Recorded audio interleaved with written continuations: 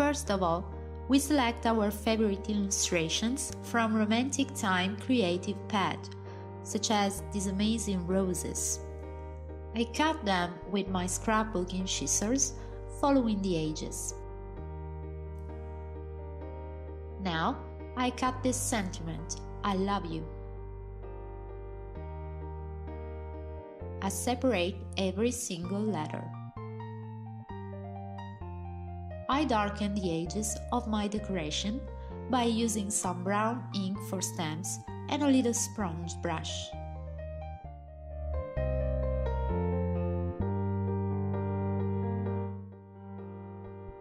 My card will be rich of details, so I repeat the previous step by selecting other decorations. Try to be very precise, following the shapes with your scissors.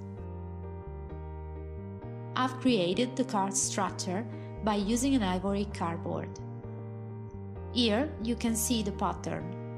You will find a link below the video, you can download it.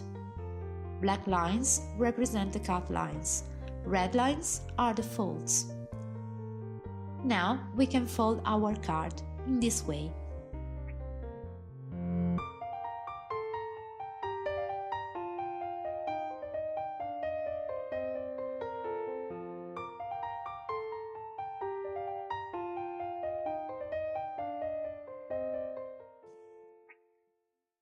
I've cut some patterned sheet to cover my structure. They're a little bit smaller than the structure sections. You can apply them with some glue.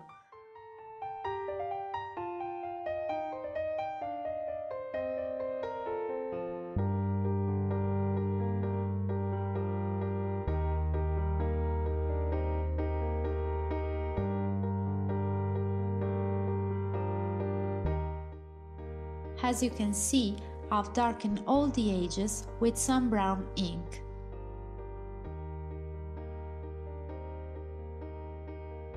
I'll decorate my ladder with these elements.